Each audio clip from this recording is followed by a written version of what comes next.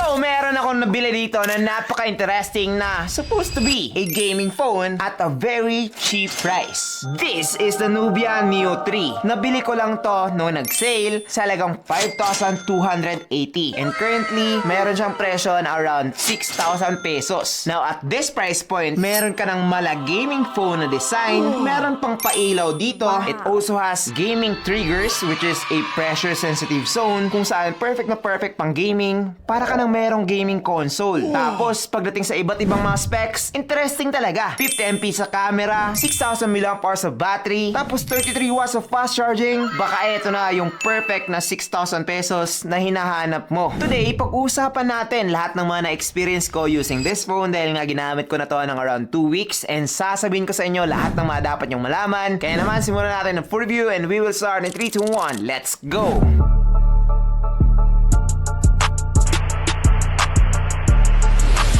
Yo, what's up guys? I'm JP and this is JDin TV. Now, before we proceed, I just want to know na meron tayong upcoming November plus December phone giveaways. Napakadami, meron tayong 13 phones dito. So, kung hindi ka pa na-subscribe, sayang naman. And hindi lang to magtatapos ngayong December. Meron pang next year. Let's go. Now, back to this phone. Kung makikita nyo naman, eto guys ay nasa color na Cyber Silver. Meron ka pa iba't ibang colors like yung Shadow Black and yung Titanium Gold. Ngayon, when it comes to the build quality of this phone, this has a plastic back, plastic frame, and glass front. First of all, walang claim si Nubia dito pagdating sa pagiging drop resistant. Kaya naman, if tanga-tanga ka, well definitely, wag na wag mong idodrop etong phone na to. Ay, sorry. Unang-unang reason kung bakit wag na wag mo talaga ito idadrop is madali siyang magasgasan. With the glossy finish dito sa kanya likod, napakadali talaga makita yung mga gasgas or damage with this phone. Also, kapag hindi kayo gumagamit ng case, eto guys ay napakadaling madumihan. Yung mga fingerprints and smudges, napakadali po niyang kumapit dito sa phone na to. And lastly, mahirap siyang linisan. So, maganda talaga sana siya. Pang gaming talaga yung vibes. Pero pagdating sa pagiging malinis, hindi ko trip etong phone na to. Kung makikita nyo naman, meron siyang RGB LED light na pwedeng mag-produce ng colors like red, green, blue, yellow, and purple. So far, eto talaga yung pinagmamalaki ng Nubia Neo 3. Now take note, eto lang talaga yung merong RGB dyan guys. Wala nang iba. Another thing na pinagmamalaki nila is yung kanyang gaming trigger, which is located in the right side. Which means na kapag gagamitin mo siya pang gaming, ganito po yung paghawak nyo. Napaka-effective nito. Tinry ko na to sa Call of Duty. Napakaganda ng reaction niya guys. So when you touch this one, nagre-react din siya. Nagbabibrate kumbaga. So alam nyo na na-touch nyo siya. So far, when it comes to budget phones below 7,000 pesos, eto talaga yung masabi kong pang gaming talaga yung looks. Wow. The next siguro na price range pagdating sa gaming triggers, mga 15k pataas na. So napaka-cheap lang nito, pero meron na siyang ganun. Now, pagdating naman dito sa kanyang mga buttons and ports, dito guys sa baba nakalagay yung kanyang microphone, Type-C port, and speaker grills. Dito naman sa right side nakalagay yung kanyang power button / fingerprint scanner. Dito naman sa left side nakalagay yung kanyang volume rockers, and sa taas nito nakalagay yung kanyang SIM card tray, which is merong 2 slots. So pwede tayong maglagay ng 2 SIM card or 1 SIM card plus 1 SD card. Expandable pa rin to, kaya naman kung nakukulangan ka sa kanyang storage ng 128GB, pwede ka namang bumili ng SD card. Sa top naman meron tayong additional microphone dito. Dito naman sa kanyang earpiece guys, this also doubles as the secondary speaker. Wow. Perfect na perfect to dahil nga meron na siyang dual speaker. Kaya naman if you're gaming, mas mafe-feel mo talaga and mas malakas din siya overall. Kung ikukumpara natin to sa mga premium smartphone, medyo mas pangit yung kanyang sound quality. But for this price, nako, malakas na to guys and maganda na rin. Now, the only downside lang again pagdating dito sa kanyang design is that kung hindi kayo gagamit ng case, madali talaga siyang madudumihan. Wala din siyang drop protection and even water and dust resistance. Wala din po siyang ganun. So kung palagi kang lumalabas, palagi kang nauulanan, palagi mo nagda-drop yung mga phone mo, well definitely this is not for you. Pero kung nasa inside ka lang naman, palagi naglalaro, useful talaga yung gaming trigger sa'yo, well definitely this is the perfect phone to go. Murang-mura na lang to para sa ino-offer niya. Now, let's talk about the display of this phone. Hindi pa yun naka full brightness, pero eto na yung full brightness niya. Maliwanag, diba?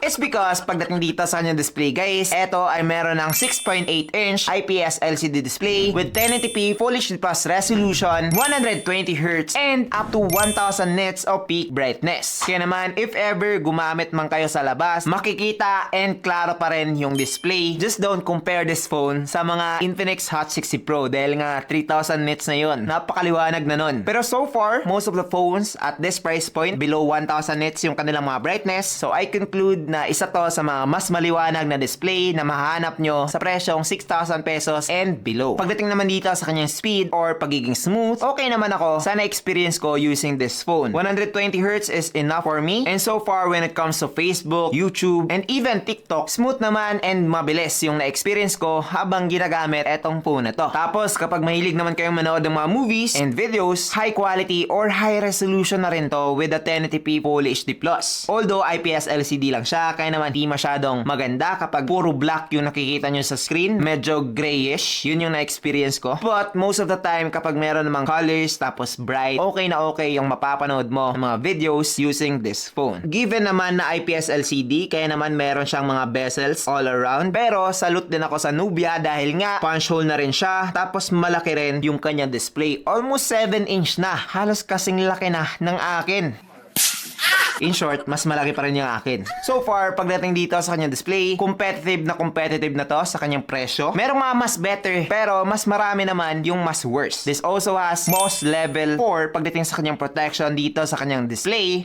Wow. Kaya naman guys, medyo matibay na rin to. Pero I don't recommend na i-drop ninyo etong phone na to. Hindi pa masyadong subok yung Nubia when it comes to the protection na ino-offer nila. Suggestion ko lang yun. Now, let's talk about the performance of this phone. Unang-una guys, pagdating dito sa kanyang OS, which is my OS, hindi ko trip. Like, sobrang wordy, napakakalat, hindi ko talaga trip. Especially yung original theme na nakalagay dito. Nag-switch ako dito sa Android para mas simple, mas magandang tingnan. And yes, kung makikita nyo naman, mas okay to. Pero yes, subjective po yan. Merong mga tao na mas gusto yon, and meron namang katulad ko na hindi gusto yon. Now, let's talk about the specs. This phone is running Android 15 with Unisoc T8300, 6nm processor, and octa-core CPU up to 2.2 GHz with Mali GP7 MP2 naman pagdating sa kanyang GPU. So far, tinest ko siya sa Antutu benchmark guys, and I'm surprised. 625,000 na yung nakuha niya dito. Napakataas na when it comes to its current price. Now, bakit nga ba ang mura nito? Hindi ko rin alam. Now, syempre, tinest ko naman siya dito sa mga games na palagi kong tinetest, like yung Mobile Legends, Hawk, and Call of Duty. Dito guys, sa Mobile Legends, meron na po siyang ultra na surprise ako dito. But yung recommended pagdating sa frames guys is just medium. So, depende na sa inyo yon, pero tinest ko naman siya dito sa ultra, and so far, nakapag-perform naman siya ng maayos, especially na naka-aircon ako dito, tapos naka-wifi din. If you are using this phone na naka-mobile data, tapos mainit pa yung panahon, marami talagang beses na maglalag ang phone na to. Now, dito naman sa Honor of Kings, meron tayong ultra graphics with high frame rate, and so far, ganun pa rin naman yung experience ko sa Mobile Legends guys. Smooth naman siya, playable, and perfect na using this phone. Sa Call of Duty naman, eto talaga yung ultimate test dito sa phone na to dahil nga sa kanyang gaming triggers na available. Perfect tong gamitin. Depende sa inyo kung saan nyo ilalagay. Pwede nyo naman tong i-edit. And yes, playing Call of Duty with this device, okay na ako guys. Kaso lang, pagdating sa kanyang graphics, medium lang po siya. Tapos pagdating sa frames, high lang po siya. Guys, napakadaming phone na mas pangit yung performance sa presyong 6,000 pesos and below. If yun lang talaga yung kayong bilhin, tapos gusto mo yung one of the best phone na in-offer ko pang gaming, eto, tsaka yung bago ko lang ni-review, which is yung Infinix Hot 60i 5G, yun, at tsaka eto, yung mararecommend ko, below 6,000 pesos. But I suggest na dagdagan nyo na lang. So far, gaming and performance-wise, okay na talaga to. The only issue lang again with this phone is hindi ko trip yung kanyang OS. Also, it comes with a lot of bloatware. So, yun na naman, so far, pagdating sa gaming itself, okay na ako dito kay Nubia Neo 3. Now, let's talk about the battery of this phone. Medyo interesting din to guys, dahil nga malaki, tapos mabilis. Alam ko namang gusto nyo yun. Sarap. So this one has 6,000 mAh of battery, tapos 33 watts of fast charging. Tapos meron pa siyang bypass charging. So if you're going to use this phone as, you know, matipid na user, aabot ka talaga ng up to 2 days using this one. Pero kapag heavy user ka, 1 day lang siguro. Ngayon, sa charging naman, umabot ako dito guys ng around 1 hour and 35 minutes from 0 to 100% 100%. Para sa akin, mabilis na yan. Especially, malaki yung kanyang battery. Ngayon, kapag gamer ka talaga, tapos na low bat, perfect to guys. Dahil nga, meron na siyang bypass charging na kung tawagin. Wherein, if ipa-plug mo to, dun na siya kukuha mismo ng power sa saksakan. So, hindi na madadamage yung battery niya and tuloy-tuloy ka lang sa pag-gaming. Hindi ka na mauutusan kapag ganun. When it comes to the battery and charging, okay na ako dito sa phone ito. This is one of the best that you can get for this price. Now, let's talk about the camera of this phone. So, eto guys, ay merong 50MP main camera dito sa kanyang likod and isang auxiliary lens. Ngayon, sa selfie naman, meron po siyang 16MP selfie camera which is good enough. When it comes to the result na nakuha ko using this phone, okay naman yung kanyang colors. Acceptable na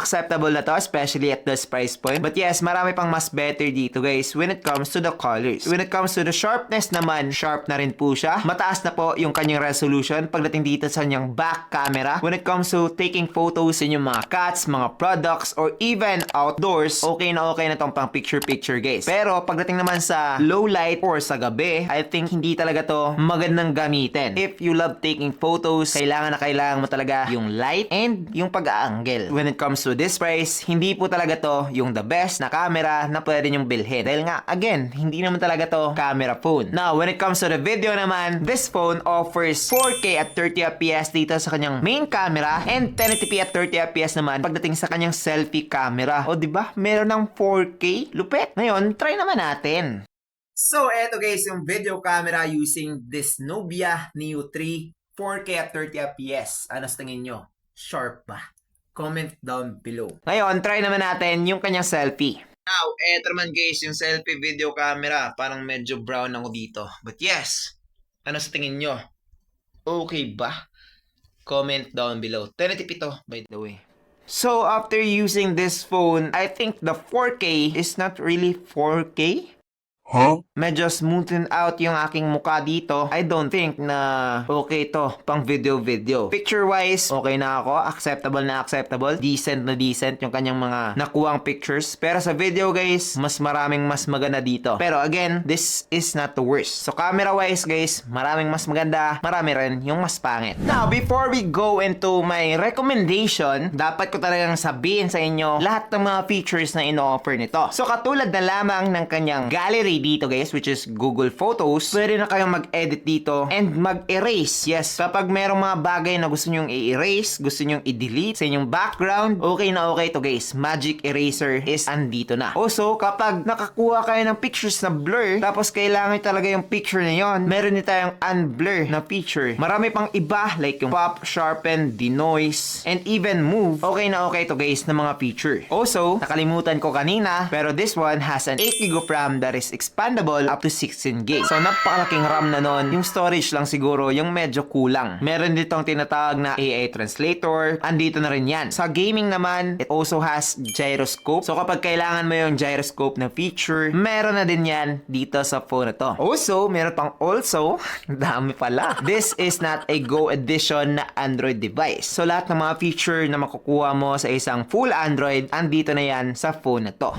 Recommended ko ba etong si Nubia Neo 3? Well, ganito lang yan. Kung gusto mo ng isang device na tatayo mag-isa, hindi ko alam yun. Pwede pala. De seryoso, kung gusto mo na isang gaming phone tapos napakamura lang, okay na to guys. Meron siyang gaming triggers, napakagandang experience. Malakas na rin yung kanyang processor. Tapos, malaki yung kanyang battery. Meron pang bypass charging. Decent na rin yung camera niya. Kaya naman overall, this phone na nabili ko sa 5,280 guys, napakasulit na talaga. Kung sulit lang yung pag-uusapan, ito yung pinakasulit na nabili ko, 5,000 plus. Kaya naman, kung nakita nyo tong video na to, tapos nagsisale siya, 5,000 plus to 6,000 pesos, I think you should go for this one. Kung yun lang talaga yung kaya mo. Pero kung kaya mo pang magdagdag, check out my other reviews, baka mas trip mo yun. But so far, okay na to. Except, if you want a phone na solid yung pagkakabuild, hindi po ito yon. Like yung pwede talagang madrop, pwedeng mabasa ng ulan,